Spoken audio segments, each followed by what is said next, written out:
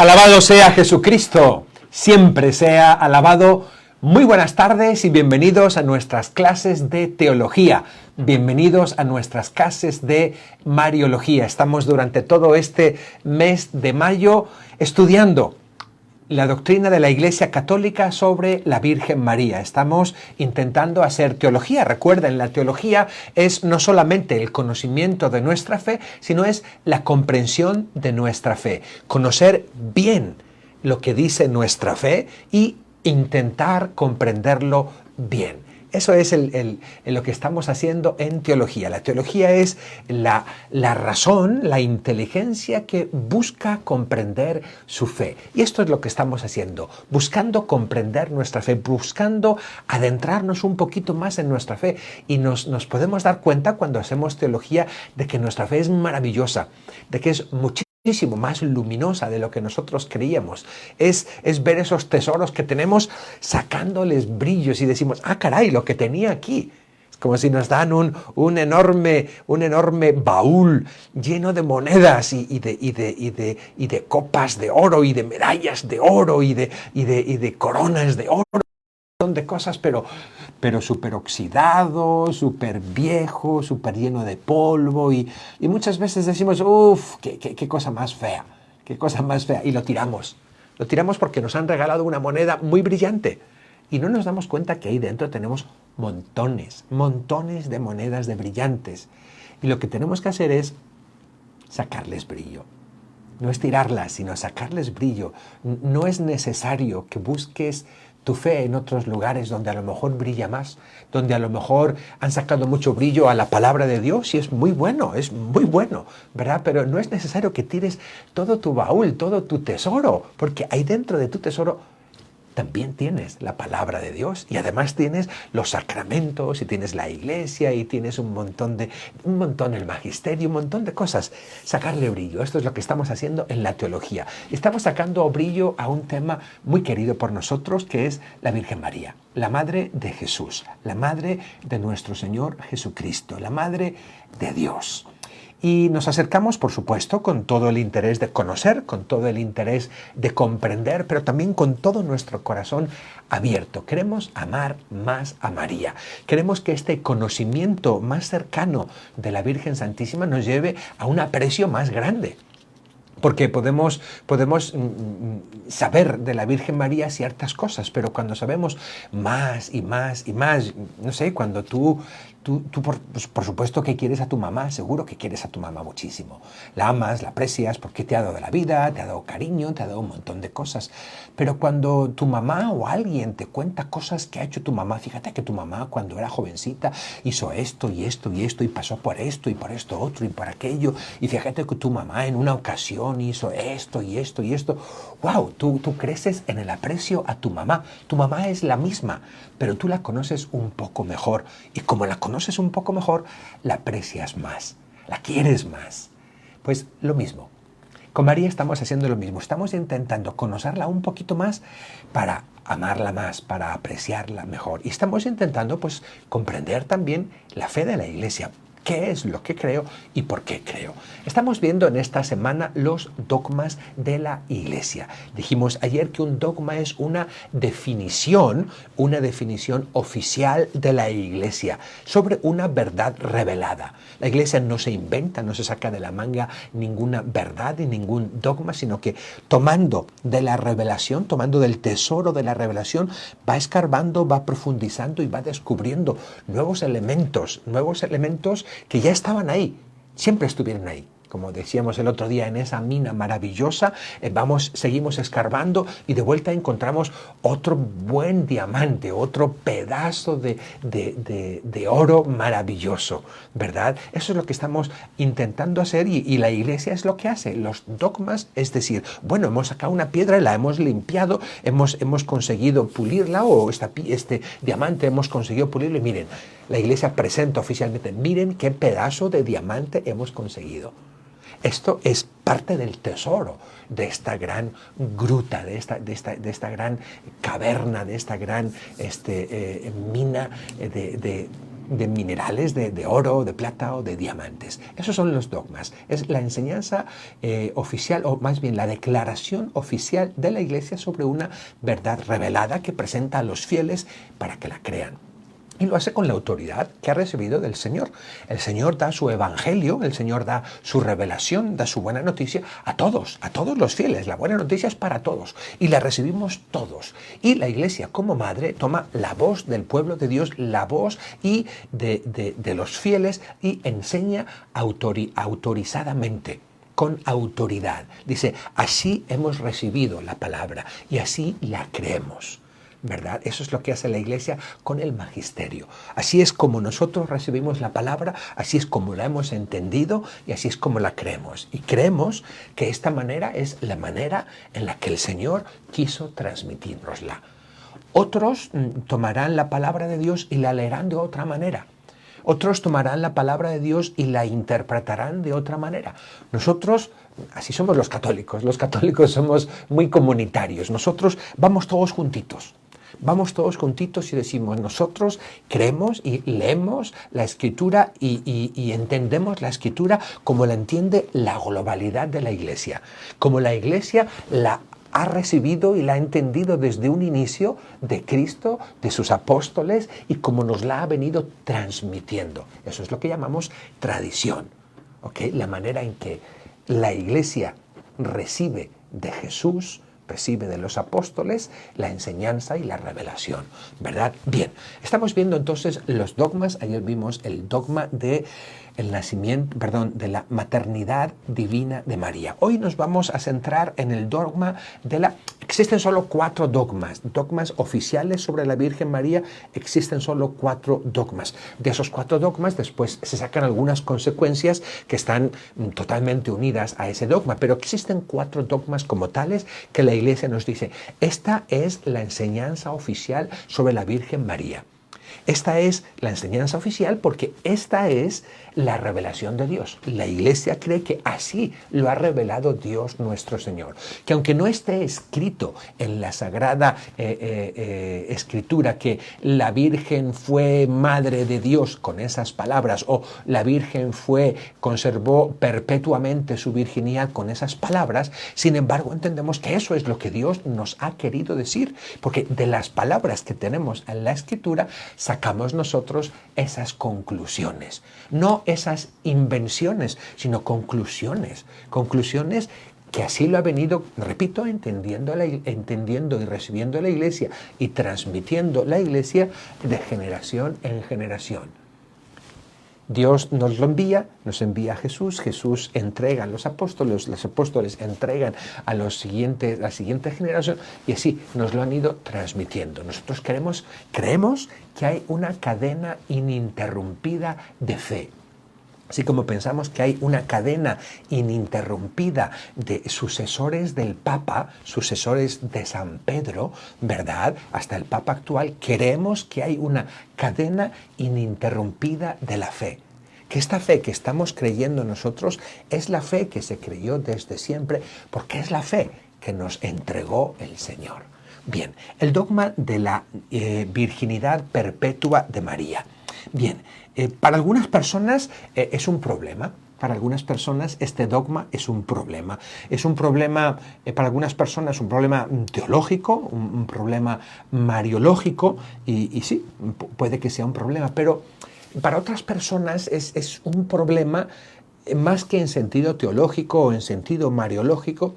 Es un problema en un sentido un poquito más humano y más existencial. Hay personas que quieren desmitizar todo y concretamente desmitizar la fe. Decir, bueno, vamos a hacer una fe que nuestra fe sea comprendible al 100%. Y aquello que no pueda comprender nuestra razón, vamos a decir, esto no es esencial para la fe, esto es un mito, o esto es un ejemplo, o esto es una manera de hablar, o esto es una forma literaria. Y muchas personas ven así elementos de la fe. Y especialmente en el siglo pasado, ya desde el siglo XIX, 1800, 1900, ha habido un ataque, o más que un ataque, si no quieres llamarlo ataque para no ponerte en pánico, ha habido una tendencia dentro del interno de la Iglesia, desde dentro de la Iglesia, por una influencia, por supuesto, de fuera de la Iglesia, una tendencia a ser muy racionalistas. Todo tiene que caberme en mi cabeza y todo tiene que caberme en una explicación. Si yo no logro darle una explicación, quiere decir que eso no es cierto. Y gente ha dicho, tenemos que desmitificar la fe, tenemos que quitar de la fe todo lo que sea mito. Y parte de eso es la virginidad de la Virgen María. En el fondo, esta actitud racionalista, esta actitud que busca desmitificar la fe, que busca quitar lo sobrenatural de la fe, en el fondo te estás quedando con una fe natural. Jesús era un buen hombre, eso de que resucitó, pues vamos a ver. Eso de que hacía milagros, de que anduvo por encima del mar, de que multiplicó panes, bueno, de que resucitó a Lázaro, bueno. De que nació de una virgen, bueno. Y ha habido muchas tendencias, ya les digo, en el siglo pasado, muchísimas tendencias de dentro de la Iglesia, de teólogos, ya sea de nuestra Iglesia católica o ya sea de otras confesiones no católicas. Y en el fondo era esa tendencia a decir, vamos a quitar todo lo que es sobrenatural, vamos a quedarnos a nivel natural, casi a fabricarnos una religión humana. Y en el fondo, yo voy todavía más al fondo, decía que empezaba por un problema teológico y mariológico, después decía, bueno, en el fondo es un problema de que buscan desmitificar la fe, en el fondo es un problema en que buscan quitar todo lo que es sobrenatural en nuestra fe, pero más en el fondo todavía es no dejarle espacio a Dios, no dejarle espacio a que Dios intervenga. No, fue un nacimiento natural. Dios no tuvo nada que ver. Nació como naces tú y yo. Jesús es normal y natural como tú y como yo. Dios no tiene espacio. Y el problema de la virginidad no es, porque siempre que hablamos de la virginidad, claro, porque a lo mejor es lo que nos encontramos en la calle o es lo que nos encontramos en la casa con algún primo o con algún vecino. ¡Ay, que los hermanos de Jesús! Ese no es el gran problema de la virginidad de María. El gran problema de la virginidad de María es no permitirle a Dios que intervenga en la historia. Es decirle a Dios, Dios, tú quédate en el cielo. Sí, no te necesitamos para nuestra fe. No te necesitamos para nuestras vidas. Y en el fondo, pues convierten todo lo que es sobrenatural en mito. O todo lo que los evangelios nos hablan de forma sobrenatural, algunos que no llegan a decir que es un mito, que la virginidad de María es un mito, o que los milagros de Cristo son un mito, o que los endemoniados son un mito, o que la resurrección de Jesús es un mito. No logran decirlo, pero no se atreven a lo mejor, pero dicen, bueno, es un símbolo. La virginidad de María es un símbolo de que también nosotros tenemos que servir al Señor en virginidad, en pureza, y no es un símbolo para nosotros, para los creyentes, y intentaremos explicarlo, no es un símbolo ni es un mito, es real, es un dato real, es un dato, y es lo que creemos nosotros, es un dato real de la intervención de Dios en la historia y de la intervención de Dios en la vida de una persona. Y que a través de la intervención de Dios en la vida de una persona se logra el plan de redención para nosotros. Que Dios, entonces, en la Virgen María, intervino de una forma sobrenatural, fuera de lo humano. Y que ese entonces es también posible hoy. Dios sigue pudiendo intervenir. Yo no logro por qué hay personas, no logro entenderlo, ¿no? Yo quizás soy un poquito corto de cabeza, pero no logro entender cómo hay personas que niegan tanto la virginidad y luego se aferran a que hay tantos milagros por todas partes, en cada esquina hay un milagro, y no logran ver el milagro, o sea, la intervención especial y sobrenatural de Dios en el hecho más importante en la historia de la salvación.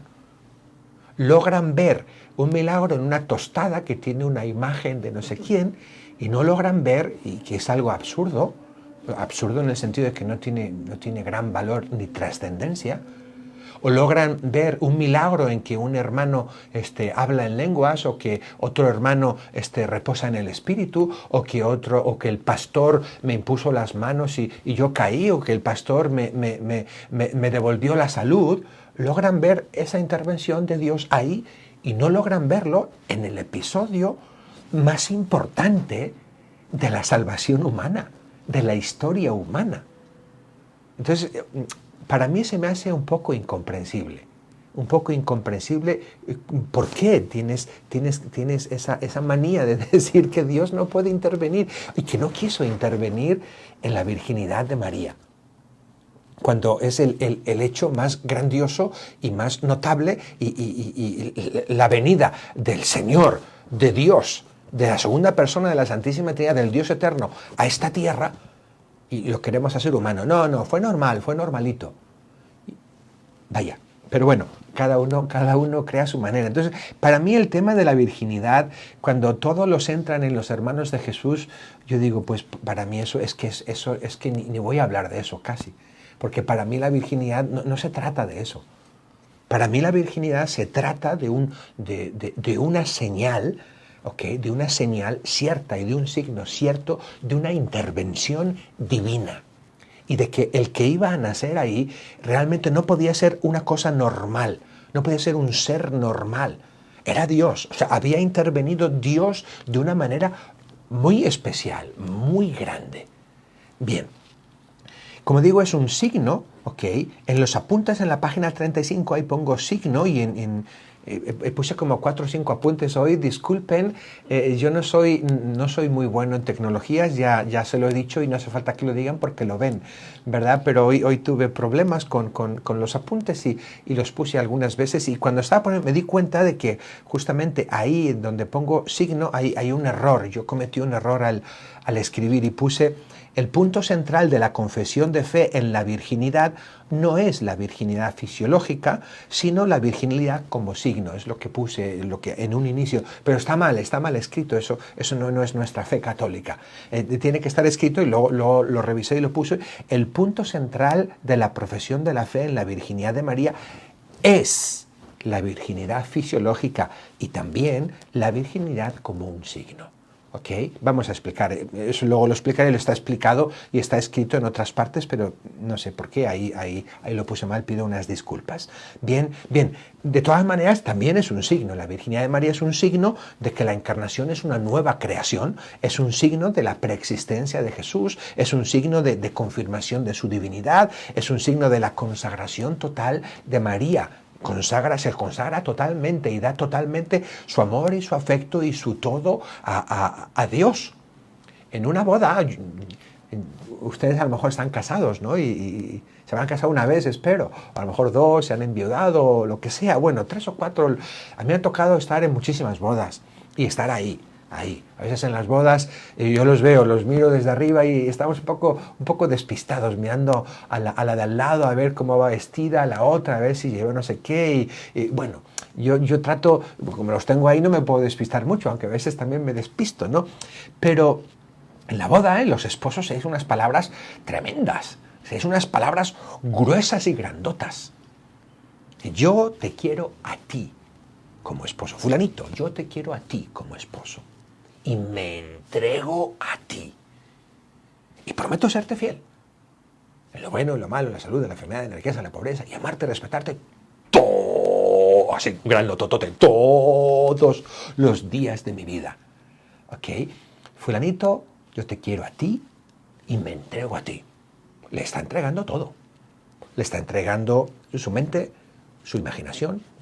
Mis pensamientos solo van a ser sobre ti. Mis imaginaciones solo van a ser sobre ti. Mis deseos solo van a ser sobre ti. Mis afectos solo van a ser sobre ti. Mi cuerpo solo va a ser para ti. Mis ojos solo van a ser para ti. No me voy a comer a la vecina. Dicen que este señor iba con su hijo, iban por la calle y el muchacho, ya un adolescente, le dice, oye papá, tú cuando vas por la calle y ves una mujer así bonita, ¿qué es lo primero que miras? Y el papá le dice, mira, lo primero que miro es que tu mamá no me esté viendo. Pues así no es el matrimonio, porque tú en el matrimonio le dijiste, me entrego a ti y te entrego mis ojos. Mis ojos solo van a ser para ti, y mi cuerpo para ti solo, y mis besos solo para ti, y mis abrazos solo para ti, y mis caricias solo para ti, y mis mensajes de WhatsApp también, sí, también solo para ti. Eso es el matrimonio. Entonces, la virginidad de María es un signo de su entrega totalmente a Dios. ¿Ok? En su propósito de virginidad perpetua, le está diciendo a José, ¿sabes, José? Lo siento muchísimo, pero yo no me estoy entregando a ti. Yo estoy entregándome a Dios. Todo a Dios, toda a Dios. Completamente a Dios. Esta es la esencia de la virginidad de María. Lo de los hermanos es algo anecdótico, que, hombre, leyendo un poco pausadamente los evangelios, no es muy difícil darse cuenta de que no tiene mucho sentido andar discutiendo de esto. Pero eso nos puede distraer un poquito de la obra maravillosa que Dios ha hecho con María al hacerla virgen y mantenerla virgen. Y la obra maravillosa que ha hecho Dios con María al ella aceptar ser virgen y entregarse al Señor virgenmente, totalmente para Él. La entrega virginal es decirle eso, Señor, mis afectos serán solo para ti, y mis ojos serán solo para ti, y mis deseos serán todo para ti, y mi cuerpo será todo para ti. No habrá nadie, absolutamente nadie, por así decir, que se coma ni un pedacito de este pastel. Este pastel es todo para ti. Esta persona es todo para ti. O sea, primero es por parte de Dios que la quiere íntegra, entera y completa, solo para Él, porque ahí va a estar su hijo y ella va a ser madre de su hijo. Primera parte, entonces, por parte de Dios, pero segunda parte, por parte de María. Yo me entrego a ti en plenitud y en totalidad.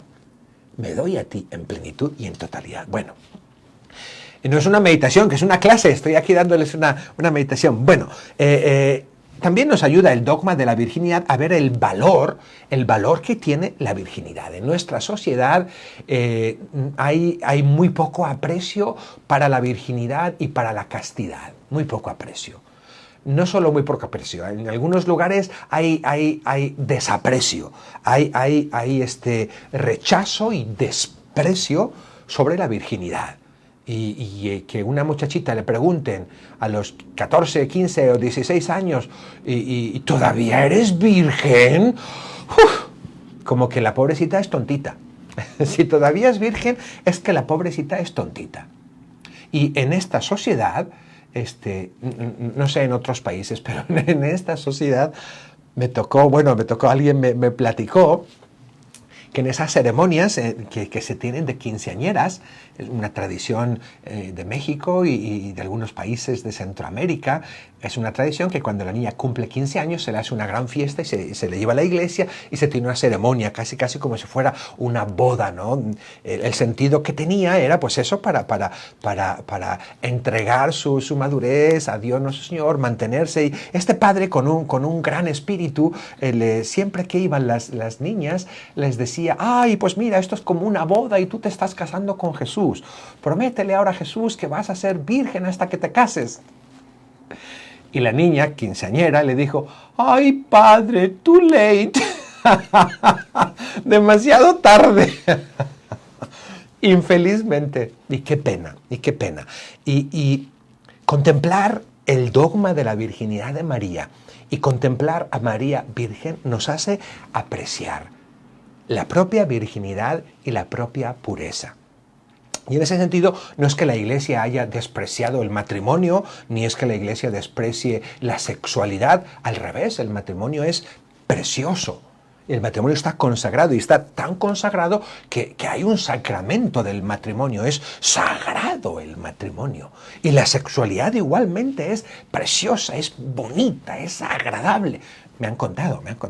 Es bonita, es agradable, es maravillosa. ¿Sí? Pero la Iglesia no tiene nada ni contra el matrimonio ni contra la sexualidad, pero también no se opone. No se opone eso a la virginidad. La virginidad, por el reino de los cielos, también es un bien, también es un valor y también es una virtud. Y que viviéndola cristianamente, especialmente cuando tú debes vivirla, vivir tu virginidad antes de tu matrimonio es un valor excelente para Dios nuestro Señor y para ti misma y para ti mismo, porque la virginidad no solo es para las mujeres, también es para los hombres. Mantenerse virgen hasta antes del matrimonio. Bien, vamos a entrar entonces a este dogma de la virginidad perpetua de María. El dogma se refiere justamente a la virginidad perpetua, desde un inicio hasta siempre, ¿ok? Se refiere a la virginidad antes del parto, se refiere a la virginidad en el parto y se refiere a la virginidad después del parto, una virginidad perpetua en la Santísima Virgen, ¿verdad? El tema de la virginidad pues es un tema delicado y es un tema pudoroso y yo intentaré entrar con todo el pudor y el respeto porque estamos entrando en un tema que es tema de pudor. Trataré de ser muy claro, muy explícito, ¿verdad? Pero también con la reserva y con el pudor que requiere este tema.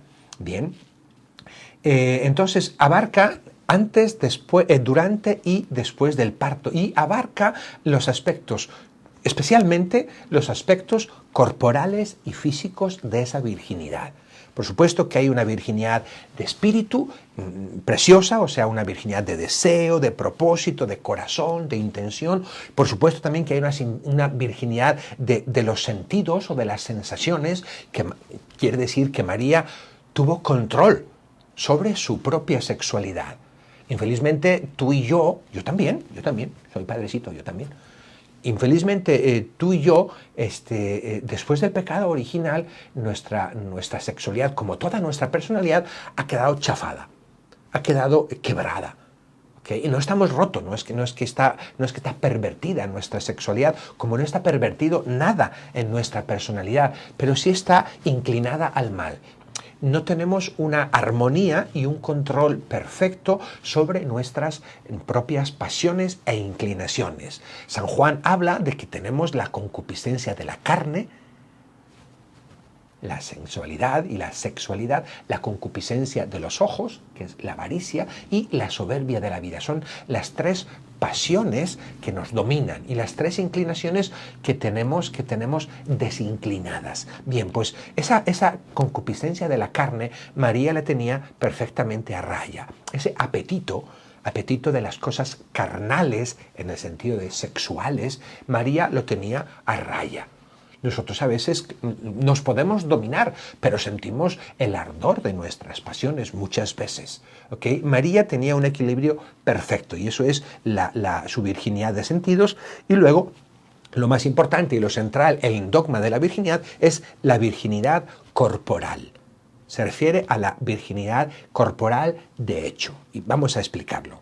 La primera definición oficial no quiere decir que antes la Iglesia no lo creyera, sino que es la primera definición oficial que en el transcurso de la Iglesia se da sobre la virginidad, es en el concilio, en el sínodo de Letrán, por el Papa Martín I en el año 649. Como digo, no es que antes no existiera la creencia, lo veremos después, tanto en las Sagradas Escrituras como en la tradición, que desde siempre la llamaban la Virgen, y la llamaban la siempre virgen, la aiparcenos. Bien, pero esta es la primera definición oficial y justamente empujados por una herejía llamada el monotelismo, en que decía que Jesucristo solo tenía una naturaleza. ¿Okay? No es clase de cristología, pero nosotros decimos que Cristo es una sola persona con dos naturalezas, ¿verdad? La naturaleza humana y la naturaleza divina, y que además en su naturaleza humana tiene una voluntad humana y en su naturaleza divina tiene una voluntad divina. ¿Okay? Existen esas dos voluntades. perfecta armonía entre ellas, pero son dos voluntades diferentes. Los monotelistas decían, no, solo tiene una voluntad. Si tiene una voluntad y era la voluntad divina, quiere decir que no tenía su naturaleza humana completa. Y la Iglesia dijo que no. En ese ambiente de este concilio de Sínodo de Letrán del 649, se declara lo siguiente. Si alguno no confiesa propiamente y según verdad, siguiendo a los santos padres, que la Santa Madre de Dios y siempre virgen e inmaculada engendró, siempre virgen engendró, de manera específica y verdadera, tuvo un parto específico y verdadero. Ella engendró. En el original en griego la traducción es parió. Eso no es faltar al respeto. Utilizar la palabra física de un engendramiento y de un nacimiento es parir, a tener un parto, ¿verdad? No es ninguna falta de respeto, es ver concretamente lo que es. Entonces engendró, parió al mismo Verbo de Dios, que nació de Dios Padre antes de todos los siglos y que fue concebido en los últimos siglos por el Espíritu Santo sin semilla y que después permaneció virgen indisolublemente después de su parto. El que no cree eso, que sea condenado. O sea, que se le condene a salirse de la iglesia, no eres creyente, no formas parte de nuestra comunidad. Si no crees en esto, lo sentimos mucho. Bien, entonces, ¿qué es lo que dice aquí? Dice primero que es la aiparcenos, que es la siempre virgen, que ella engendró realmente, tuvo un parto real y que el producto de su parto fue el mismo Verbo de Dios que existía desde siempre y que ese parto fue sin semilla, ¿ok? Sin intervención humana. Y que además ella después permaneció indisolublemente virgen después del parto. Esas son las 5 afirmaciones que hace este concilio en este canon 3. Repito, el concilio, el sínodo, no estaba dedicado a la Virgen María, estaba dedicado a hablar de cristología, pero son consecuencias que tienen. Bien. Después el concilio de Trento en el 1555 con el Papa Pablo IV en el cisma de Occidente, o sea, cuando surge la Reforma Protestante, dice: la bienaventurada Virgen María permaneció siempre en la integridad de virginidad, antes del parto, en el parto y para siempre, después del parto para siempre. Bien. Estos dogmas entonces hablan de la virginidad en estos 3 aspectos: antes, durante el parto y después del parto. Bien. En las Sagradas Escrituras, pues ya hemos visto, ahí tienen ustedes en sus apuntes, citas de la Sagrada Escritura sobre la virginidad antes del parto, después sobre la virginidad en el parto y después sobre la virginidad después del parto. Antes del parto, pues están las citas de la Anunciación. El Espíritu Santo vendrá sobre ti y el poder del Altísimo te cubrirá con su sombra. Será el poder del Altísimo, será el Espíritu Santo. No habrá intervención humana. Lucas 1:35. Mateo 1:20 dice: el que nacerá de ti es del Espíritu Santo. De vuelta, es del Espíritu Santo. No hay paternidad humana en el engendramiento de Jesús. 1:27, a la Virgen fue enviado el ángel Gabriel a una virgen desposada con un hombre de la tribu de David, y la virgen se llamaba María. La Virgen, otra vez, 2 veces. Igualmente, en Mateo 1:23 habla de que la Virgen concebirá y dará a luz un hijo y le pondrán por nombre Emmanuel. Son citas sobre la virginidad antes del parto. Virginidad en el parto, pues bueno, tenemos referencias. Referencias en Isaías 7:14, dice: la Virgen está encinta y da a luz un hijo. La Virgen está encinta y la Virgen da a luz. ¿Ok? No dice María fue virgen en el parto. Está diciendo que la Virgen, el sujeto de esa frase, la Virgen está encinta. Ya es un milagro, que es virgen antes del parto. Siendo virgen, está encinta, o sea que no ha habido intervención humana. Es antes del parto. Pero después dice, en el parto, la Virgen da a luz. Da a luz siendo virgen. Bien. Y Lucas 2:7 también dice que dio a luz a su hijo primogénito, lo envolvió en pañales y lo acostó en un pesebre. Esta cita pone una concatenación de acciones que hace la Virgen María. Da a luz, inmediatamente lo envuelve en pañales y después lo pone en un pesebre. La interpretación que han hecho los santos padres siempre y que traemos aquí como cita para la virginidad en el parto es que, bueno, pues si pudo ella dar a luz e inmediatamente envolverlo en pañales y ponerlo, quiere decir que su parto fue muy liviano, no pasó nada, no tuvo dolor, tenía fuerzas suficientes como para envolver al niño en pañales y ella ponerlo en el pesebre, ¿verdad? Bien. Tengo que decirles que estos textos que usamos para la virginidad de María en el parto, estos que acabamos de decir o cualquier otro, realmente no bastan. La escritura, los textos que tenemos en la escritura no bastan para demostrar así, tal y cual, que hubo una virginidad en el parto. No bastan para demostrar. Son textos que nos ayudan, son textos que nos iluminan, son textos que nos dan una orientación, pero por sí no tienen toda la fuerza para mantener que la Virgen fue virgen en el parto. Y de ahí se requiere el recurso a la tradición, a cómo ha recibido la Iglesia desde un inicio estas citas y cómo ha recibido esa fe en la virginidad en el parto. Y después está la virginidad después del parto. María respondió: ¿cómo será posible si yo no conozco varón? En esta cita, igualmente, los teólogos, los santos padres, etcétera, han descubierto en María un propósito. Yo no conozco varón.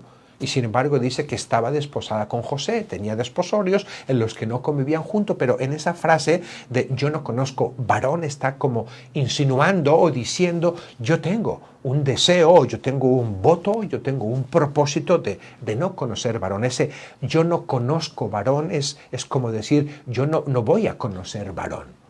¿Sí? Así es como la Iglesia lo ha leído y así tuvo unas catequesis el Papa en 1996, Juan Pablo II, sobre justamente la virginidad de María. Muy bonito, y justamente tomaba este texto y no es que es una invención del Papa, sino que desde los santos padres del inicio lo han tomado este texto como viendo en él el propósito de María, de su virginidad, de permanecer virgen. Ella quería permanecer virgen. Bien. Vamos a ver entonces ahorita la virginidad perpetua en la tradición y en los santos padres.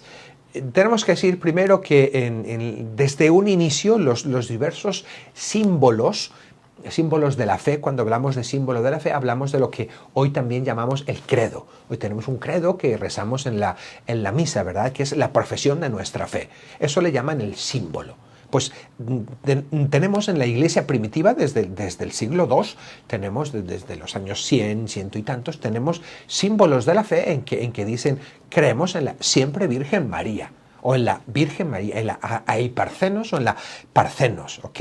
Y siempre referido a Jesucristo, no es que tengan dogmas sobre la Virgen directamente, siempre referidos a Jesucristo. Jesucristo se encarnó de la Virgen María. Jesucristo nació de Santa María Virgen. Bien. Y lo mismo, los santos padres y los primeros teólogos de la Iglesia utilizan pues muchísimas alegorías para explicar la concepción virginal de María. Especialmente la virginidad antes del parto no crea un gran problema, porque la Sagrada Escritura está bastante clara. La virginidad después del parto tampoco crea mucho problema. El pequeño problema de los hermanos de Jesús es que no es un problema realmente, o el llamarle primogénito tampoco es ningún problema. Donde crea más problema es, y lo veremos en un momento, es en la virginidad en el parto, ¿no? Y los santos padres intentaban explicar, por ejemplo, San Agustín decía, vamos a ver, en la resurrección de Jesucristo resucita y sale del sepulcro. Y cuando llegan sus apóstoles, llegan y ven que Jesucristo ha salido del sepulcro, y el que fue capaz de cruzar la piedra del sepulcro, ¿no va a ser capaz de cruzar por el seno de su madre sin necesidad de romperlo? Dicen los santos padres, otro ejemplo que ponen, Jesucristo, que fue capaz de cuando estaban los apóstoles encerrados en el cenáculo por temor a los judíos después de la muerte del Señor y de su resurrección, estaban cerrados con las puertas cerradas.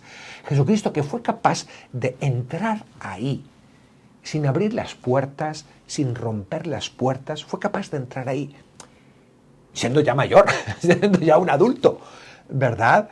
Fue capaz de hacerlo. ¿No va a ser capaz de salir del seno de su madre sin romper ninguna puerta y sin romper ningún muro? Ponen el ejemplo también del rayo de sol, que el rayo de sol que es capaz de entrar a una habitación y cruzar la ventana, el cristal que hay ahí, y cruza el rayo de sol, cruza la ventana y el cristal y no lo rompe ni lo ensucia. Dice, pues más o menos así sale Jesucristo del seno de su madre. No era necesario que se rompiera, ni era necesario que se ensuciara. Y utilizan varios ejemplos. El ejemplo de la perla, ¿no? Como en ese molusco en su concha se va formando una perla, ¿ok? Y nace una perla, ¿ok? Nace una perla sin que nadie rompa ni haga nada. Nace algo maravilloso que es totalmente diferente y que es totalmente distinto a esa perla, a ese molusco. Bien, utilizan varios ejemplos, la misma generación del Logos por el Padre Celestial, utilizan varios ejemplos desde entonces intentando explicar. Pero en el fondo pues es nuestra fe. Es nuestra fe. Y es nuestra fe y la Iglesia lo ha mantenido desde siempre. Y desde un inicio fue ridiculizado por un tal Celso, ¿verdad? Un judío llamado Celso que se burlaba y se reía de los cristianos diciendo, qué virgen ni qué nada. María no pudo ser virgen. Ni fue virgen antes del parto, ni mucho menos en el parto. ¿Ok? Diciendo que no, bueno, diciendo... Y la Iglesia dice, bueno, aunque parezca algo tan fuera de lo normal, aunque se burlen de esa manera, esto es nuestra fe. Y no por las burlas y no por tal, dejaremos de creer en ello. ¿Ok? Lo proclamamos indiscutiblemente. Bien. Vean ustedes, estamos un poco retrasadillos, vean ustedes la virginidad perpetua en la historia. Justamente hablamos de algunos que negaron la virginidad, como los ebionitas, ¿verdad? Que decían que había nacido de José, como cualquier otra persona, ¿verdad? De un padre normal. Celso y Carpócrates decían que María había cometido adulterio, ¿verdad? En el Tifón, en el siglo II también dicen que eso es un mito, etcétera, etcétera. Tertuliano niega la virginidad después del parto, etc. Como dijimos, el Papa Martín I, en el Sínodo de Letrán, en el 649, declara solemnemente por primera vez el dogma de la virginidad perpetua. Durante la Reforma, los reformadores, Lutero, Calvino, Zwinglio, siempre aceptaron también la virginidad perpetua de María. Vamos a hacer algunas reflexiones teológicas en estos pocos minutos que nos quedan sobre la virginidad de María. ¿Ok? Son tres elementos. Ella es virgen antes del parto, ella es virgen en el parto y ella es virgen después del parto. Bien. El dogma profesa que Jesús, lo primero, antes del parto, fue concebido sin semilla humana. Que ella permanece virgen, que para engendrar, o más bien, perdón, para concebir a Jesús no hubo ninguna intervención humana, ¿verdad? Sino solo la de la Virgen, y lo demás fue obra del Espíritu Santo. No hubo intervención de varón, no hubo, y ya concretamente, y lo hablamos, no hubo ninguna acción sexual. ¿Okay? Eso es la primera parte de que implica el dogma. El dogma de la virginidad implica que para la concepción de Jesús en el seno de María no hubo ninguna intervención sexual humana. Eso es parte de la virginidad antes del parto. Antes de que naciera Jesús no hubo ninguna intervención humana. Eso es lo que nos dice nuestra fe. Y ya hemos visto que también nos lo dice la Escritura y la fe que hemos mantenido durante la historia, ¿verdad? Y siempre lo han visto, los santos padres y la Iglesia siempre han visto eso como una señal de una intervención divina. Esa es una señal de una intervención divina. El que nazca de esa manera es señal de que intervino Dios. Si no hay una intervención humana, normal, natural, sexual, es porque hay una intervención divina, porque el que está naciendo es Dios. Por eso está tan unido el dogma de la virginidad con el dogma de la maternidad.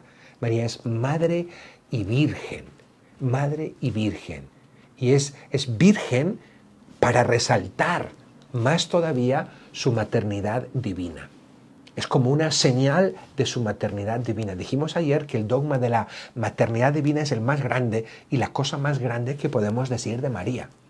Y su virginidad es para resaltar, o como una señal, como un signo de que su maternidad es maternidad divina. ¿Ok? La concepción virginal es obra divina y sobrepasa cualquier comprensión o cualquier posibilidad humana. Si tú quieres explicar racionalmente la virginidad de María, no podrás. No podrás. Ni yo podré, ni nadie podrá. La Iglesia nos dice, esto es así porque lo hemos recibido de Dios, nos lo ha revelado Dios. Y nosotros así lo creemos. Podemos tener signos. Si tú quieres comprobar la divinidad de Jesús, decir, yo quiero comprobar con mi mente que ese hombre que vivió llamado Jesús es Dios. Tu razonamiento humano no va a alcanzar eso. Habrá unas señales, algunos signos que te ayuden a decir, bueno, pues parece que era Dios, porque hizo milagros. ¡Wow! Parece que era Dios porque resucitó. Entonces, eso es una señal divina. No te lo prueba, pero es una señal de la divinidad de Jesús. Tú aceptas la divinidad de Jesús por la fe. Con María es más o menos igual. Si tú quieres demostrar por tu razón que María es virgen, no vas a poder. No vas a poder. Tendrás unas señales. Habrá unas señales de su maternidad divina, ¿verdad? Y es justamente la virginidad. Bien, María virgen antes del parto. ¿Alguna reflexión teológica? Bueno, pues este dogma de que María es virgen antes del parto justamente dice eso, que no hay intervención humana, que no hay concurso carnal, que no hay concurso corporal, ¿okay? Y que no hay menoscabo de su integridad física, integridad carnal. No hay menoscabo de su integridad corporal. Bien. María virgen en el parto. Esta normalmente, normalmente este es el elemento un poco más complicado, es el elemento un poco más difícil. La fe, como lo vimos hace un momento, el dogma de la virginidad divina dice que María permaneció virgen antes del parto, en el parto y después del parto. Y diciendo en el parto que mantuvo su integridad física, su integridad corporal. Eso es lo que nos dice el dogma. Fíjate, te lo vuelvo a repetir, mantuvo su integridad corporal. La Iglesia no dice nada más. No dice nada más, ni nos pide que creamos nada más. Hay después algunas reflexiones teológicas, pero son reflexiones teológicas sobre que si tuvo dolor, que si no tuvo dolor. Eso ya son reflexiones teológicas, no son parte del dogma. No sé, como pasado mañana veremos el dogma de la Inmaculada Concepción. Perdón, el dogma de la asunción de la Virgen a los cielos. Y el dogma nos va a decir que, terminada su vida temporal, María fue llevada a los cielos. En ese dogma no nos dicen, María murió o María no murió. No, el dogma no lo dice. Y no estás tú obligado a creer una cosa u otra cosa. No estás obligado a creer que sí murió o no estás obligado a creer que no murió. Lo que estás obligado a creer es que, terminada su vida temporal, no sabemos cómo se terminó, si por muerte o que se la llevó Dios nuestro Señor viva, terminada su vida temporal, fue llevada a la gloria celeste. Pues el dogma de la virginidad de María también, hay que ser muy precisos. El dogma, lo que enseña la Iglesia, es eso. María fue virgen en el parto, no tiene más conclusiones. Y dice, María fue virgen en el parto y mantuvo su integridad física. ¿Cómo fue eso? La Iglesia no lo dice. ¿Okay? Y no pertenece a lo que tiene que decir la Iglesia. Intento explicar un poquito. Bien. Y creo que ya me he explicado que una cosa es su concepción de Jesús, que su concepción, la concepción virginal de Jesús, que fue antes del parto. María concibe a Jesús antes del parto, obviamente, 9 meses antes del parto, ¿verdad? Y aquí estamos hablando ahora del parto de Jesús. Una cosa es su concepción, la concepción virginal de Jesús, y otra cosa es el parto de Jesús. Cuando estamos hablando virgen en el parto, estamos hablando del momento del parto. Y la Iglesia nos dice que la integridad corporal de María se mantuvo intacta en el acto de parir, en el acto del parto. Su integridad corporal se mantuvo intacta. En este sentido, fue un parto extraordinario. Normalmente se suelen considerar 2 elementos en este parto extraordinario. Se suele considerar el elemento de la ausencia de dolor, que fue un parto sin dolor, y el elemento de que hubo también ausencia de daño físico, hubo integridad, no hubo ruptura del himen. Pero esto, vuelvo a repetir, estas 2 cosas que acabo de decir son consideraciones teológicas, no son dogmas de la Iglesia. El dogma de la Iglesia se queda hasta ahí. María fue virgen en el parto y mantuvo su integridad física. Y no dice más, no dice si fue un parto con dolor, si el himen se rompió o no se rompió, o se alargó y se dilató, o si hubo ruptura y después el Señor lo volvió a poner. No dice nada de eso, no le toca eso no le toca a la Iglesia hablar de eso. ¿Por qué no le toca? Porque eso es una cuestión fisiológica, biológica. La Iglesia dice lo que es dogma de fe, que María se mantuvo íntegra, que su virginidad no se menoscabó. ¿Ok? No se menoscabó. Bien, no podemos concretar más en este elemento. Y la Iglesia no nos pide concretar más en este elemento. Y después, la última consideración teológica es la virginidad después del parto. Está la típica cuestión de moda, por así decir, sobre los hermanos de Jesús y sobre la palabra primogénito, que ya lo vimos cuando explicamos el Nuevo Testamento, María en el Nuevo Testamento, que no son realmente problemas teológicos. Bien, pueden ser problemas para algunas personas, pero realmente acérquense a la Sagrada Escritura, léanla con detención y verán que ese no es el problema. Lo maravilloso del dogma sobre la virginidad de la Santísima Virgen es su integridad. Lo maravilloso del dogma de la Santísima Virgen es la preparación que Dios hace para la maternidad divina. Lo maravilloso del dogma de la Santísima Virgen es que María, muchos teólogos dicen, María, al no estar contaminada con pecado original, no tuvo que sufrir las penas de un parto, porque las penas del dolor del parto son como un castigo que Dios da a Eva y a todas las mujeres, ¿verdad?, por haber cometido el pecado, y como María no tuvo pecado, bueno, son consideraciones que están muy bien, ¿verdad? Pero lo importante es que hay una intervención divina. La virginidad de María es una intervención divina con vistas a preparar la morada de su Hijo. Y una intervención divina que aquel lugar que fue el santuario, aquel lugar que ni el mismo Dios quiso romper, que se hizo madre siendo virgen, que Dios no quiso romper el sello de su virginidad, que Dios, siendo tan maravilloso y tan fantástico y tan sabio y tan bueno, no quiso romper ese sello de su virginidad. Por supuesto que no lo rompió nadie más después. Por supuesto que no. Por supuesto que si Dios tuvo tanto cuidado y lo apreció tanto y lo conservó tanto, Por supuesto que nadie más lo rompió después. No cabe en una cabeza creyente que haya habido otra cosa. Vamos a terminar nuestra clase, que se nos ha ido muy rápido, haciendo una pequeña oración a la Virgen María. La tomamos del Acácistos, como hemos estado haciendo estos días.